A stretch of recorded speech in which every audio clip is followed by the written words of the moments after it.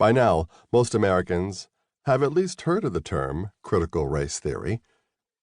It is an ideology that was developed in the late 1970s and throughout the 80s, but it has only recently risen to national prominence, finding its way into all levels of political debates, news stories, and think pieces, and our everyday conversations.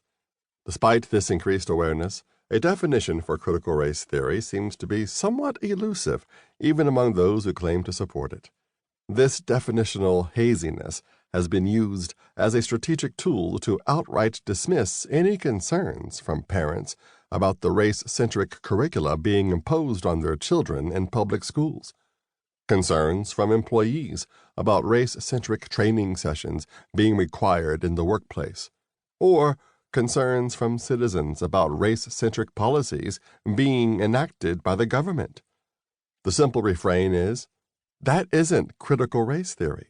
Then what exactly is critical race theory, CRT?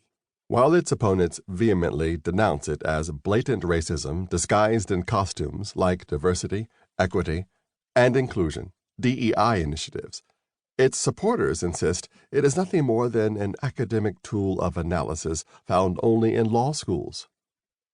Who is correct?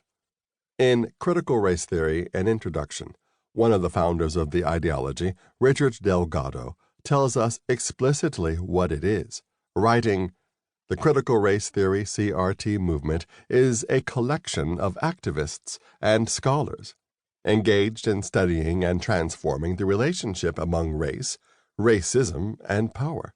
The movement considers many of the same issues that conventional civil rights and ethnic studies discourses take up, but places them in a broader perspective that includes economics, history, setting, group and self-interest, and emotions and the unconscious. Unlike traditional civil rights discourse, which stresses incrementalism and step-by-step progress, critical race theory questions the very foundations of the liberal order, including equality theory, legal reasoning, Enlightenment rationalism, and neutral principles of constitutional law. In essence, CRT is an ideology embraced by race activists that operates from the foundational assumption that racism is endemic in our country, that it is deeply ingrained in all of our institutions, that it is intertwined into the very fabric of our society, that concepts such as equality, neutral principles of law, and liberalism, for example, individual rights, liberty, consent of the governed, etc., are its natural enemies, and that this must be rectified, not through incrementalism, but through revolution.